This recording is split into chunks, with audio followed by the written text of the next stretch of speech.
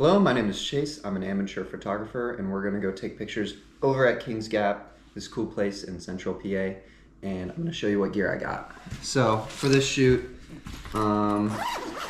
we got two camera bodies. We have this Sony A7 III, and it's new. I just got it. I'm super excited. I've used it for one shoot with a couple of my buddies. We went hiking, and that's about all I've used for it, and it's pretty good.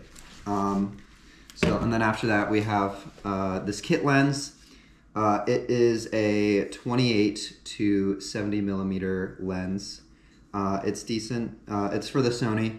It's actually the only lens I can use with the Sony because my adapter for my EF to or FS lens hasn't come in yet. So we got this 18 millimeter to 55 millimeter kit lens for my Canon Rebel T7.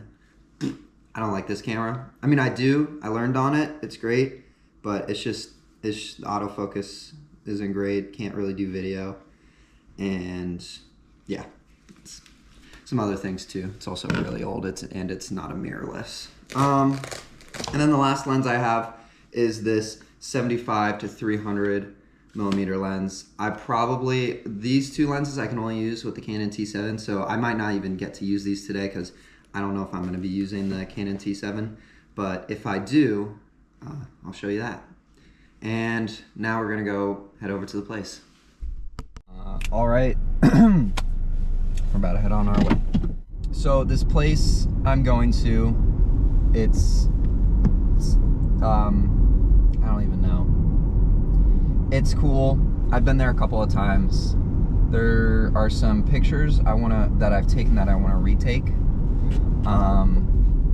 Mostly because, I mean, new camera, it'll be good, and all that. The weather right now is not great.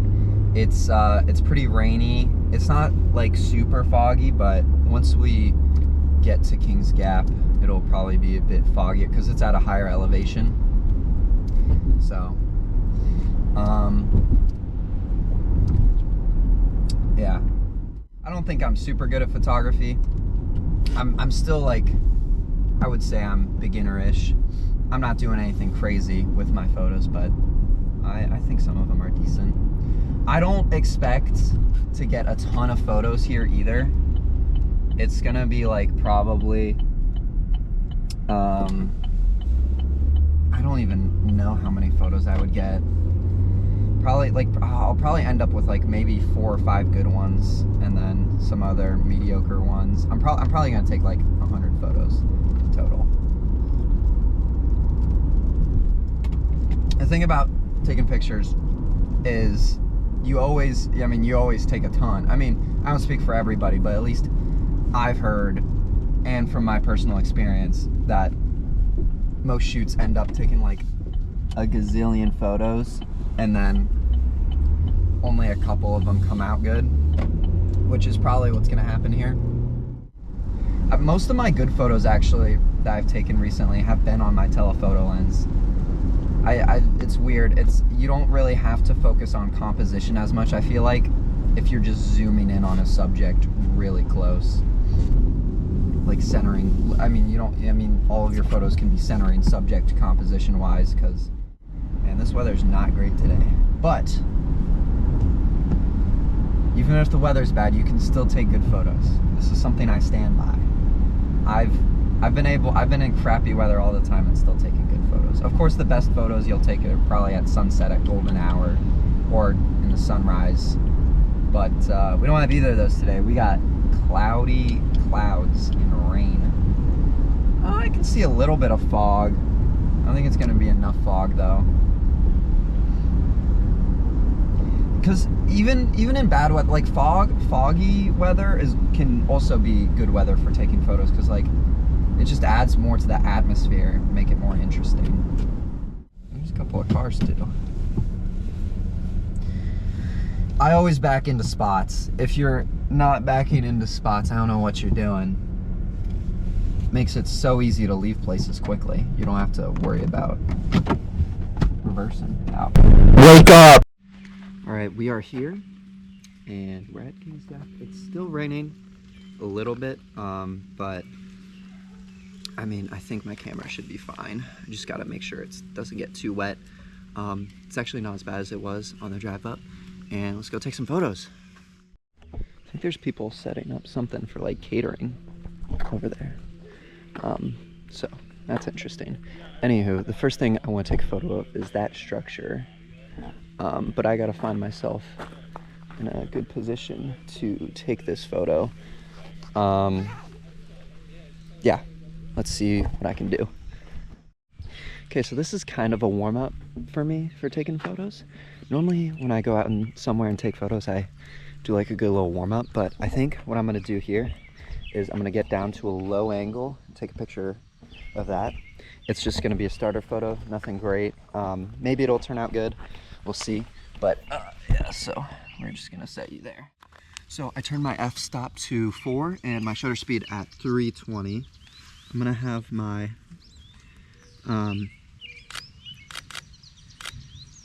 my shutter speed's at, yeah, 1/320. When you take a lot of photos and you're working with your composition, you generally want to think about perspective. You either want to get high up or low to the ground, or just somewhere you wouldn't see something normally. So yeah, I'm going into this garden over here, see if there's anything cool here. This thing in the middle here is pretty cool. I'm gonna see how I should position myself. A good thing to do is when you're taking a photo, have a good amount of foreground, background, and middle ground elements. Now you can have these elements like blurred or in focus by increasing or lowering your f-stop, but for this if I can blur the foreground and the background and keep the middle ground sharp, that'll look good with this thing. So I'm gonna probably use some of these shrubs as my foreground elements, and then my middle ground's gonna be, of course, the statue, and then the background will be the, background. I just took a couple photos there. This camera can't zoom in very far, so I might have to do some cropping, or if zoom is the problem, just get closer. It's always fun exploring new places, but I'm not doing that today. This place isn't new. And I mean, there's always cool stuff. Like, you walk around these pathways. I mean, this is just a public place you can go to. Like, if I wasn't going out and taking pictures today, I'm gonna be honest, I'd probably just be, sitting in my room, scrolling Instagram. That's not what I'm doing right now, so I'm happy. Dude, I'm getting soaked right now. My shoes are soaked. That's okay though. Anything for the shoot. Another thing too, from taking photos, is editing can take you a long way. It sometimes can turn some really bad photos into some really good photos. So whenever you take a photo and you're like, oh, it's terrible, I wouldn't always assume it's gonna end up horribly, because sometimes photos will just take a couple of edits and they'll look completely different than when they started. All right, so I got this really good view up here that these really nice people showed me, and I wonder how good I can get it on my camera. There's this technique that I've seen people use for a lot of low light settings, which is you bump up the ISO, and then you also bump up your composition, or not your composition, your exposure, by using this exposure wheel, because in post you can just lower the exposure, and when the camera is reacting to more light and there's more light in the sensor, it'll be less grainy. So I wonder, this works sometimes, and I'm pretty sure it's for low light, but I wonder if I can get it to work in sort of a medium or higher light area too, because this isn't low light, I would say. But yeah, we'll see. All right, so I just took a couple of pictures of that mountain. Hope they come out good with all the fog. So back to what I was saying with the, you don't need a necessarily a main subject. Like here, taking a photo here would be good. You have the framing, which is the structure right here. But I mean, you can see like, I mean, there's like trees and stuff in the background, but that, like, if you look there, there's not really that much. And honestly, with this weather and everything, it looks interesting enough that you don't really need a subject to make it look good. Of course, if you were doing portraits, this would also be really good, but in here, it's not really crazy.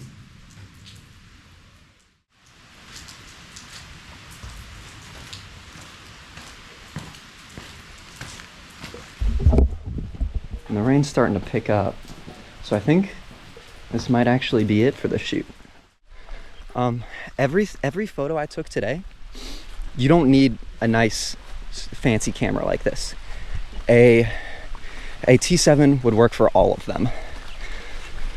Like, the autofocus might be slower. There might be some differences in quality a little bit depending on the lens, and might be harder to take photos, but honestly, everything I did was just made quicker and easier because I have this.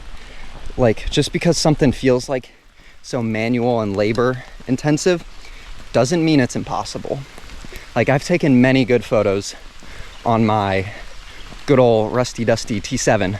I say that as if the T7 is like super old. It's not that old. I think it was made in like 2019 or 2016. And this might even be the same age, if not older. But the T7 is a DSLR camera that has limited capability to this. And all the photos I took today, none of them require like a crazy fast shutter speed or crazy high ISO. And most cases that you need that is for lower light photos, and if you're trying to do crazy trick photography, or if you're trying to do slow motion or stills. But yeah, okay, I would say that was a successful photo shoot. I didn't take any photos of, I'm probably not going to use the photo of the like sort of tower I took at the beginning of the video. I'll show that photo like right here or something. I'm probably not going to use that for any of my posts. It's just an okay photo, honestly. It was mostly a warm-up to get my creative juices flowing, as they say. I'll talk about some of the photos in just a second. And I got my snack right here.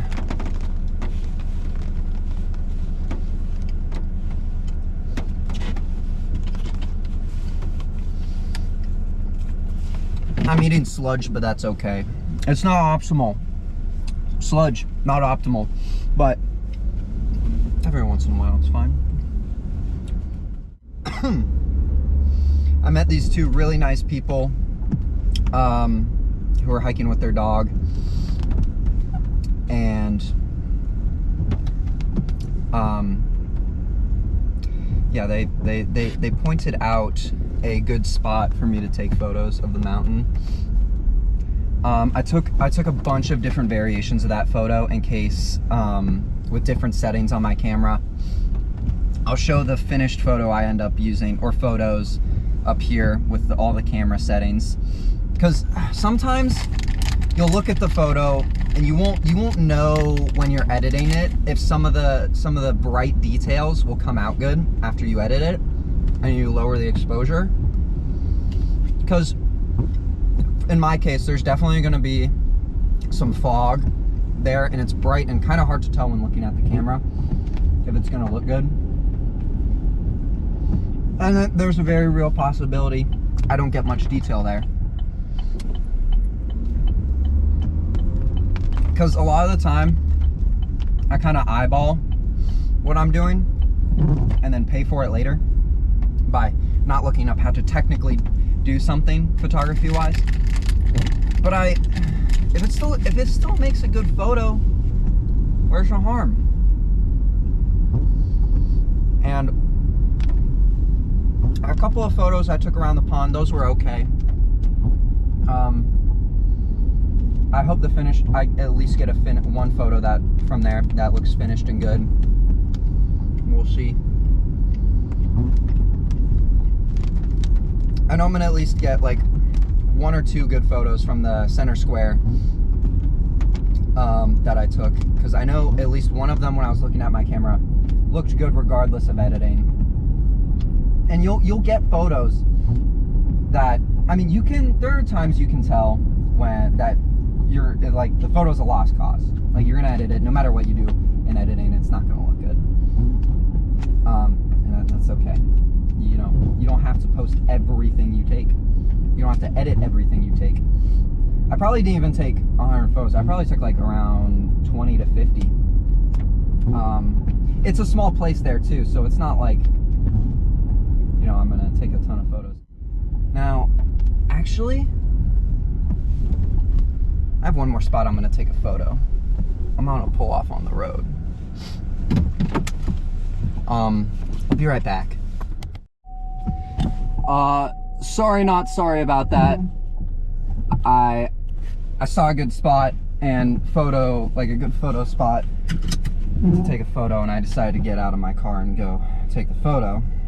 I mean, sometimes that happens. You'll see something, you'll just get the urge, you're like, that looks like a good photo, I'm gonna go take it. Of course, in this case, while I'm driving back home.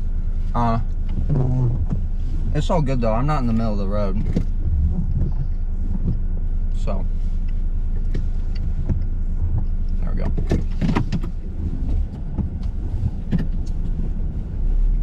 And it doesn't hurt to do that. Maybe it takes like 2 minutes. Maybe the photos didn't even come out good. I don't know. I haven't edited them yet, or even looked at them. I just took them, but skimmed over them, and I was like, yeah, it looks good. It's happened to me a couple of times where my favorite photos from a session are photos that I'll take and it's like, oh, it's mid. And I'm looking at it briefly, and it's like, that's a mid photo. But then I'll go back to it later and I'll really look at it, and I'm like, damn, that's a good photo. But I don't know. Going to the gym late at night has such a cool atmosphere, and I wonder how well I can capture that in a photo. Like, you'll go to places and you'll be like, oh, this place has a really cool atmosphere.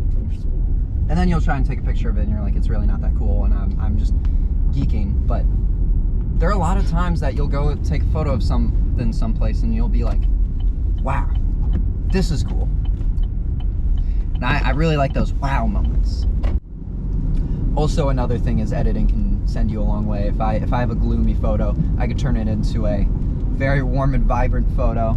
Although sometimes it's hard to do that without making it look, you know, fake and edited.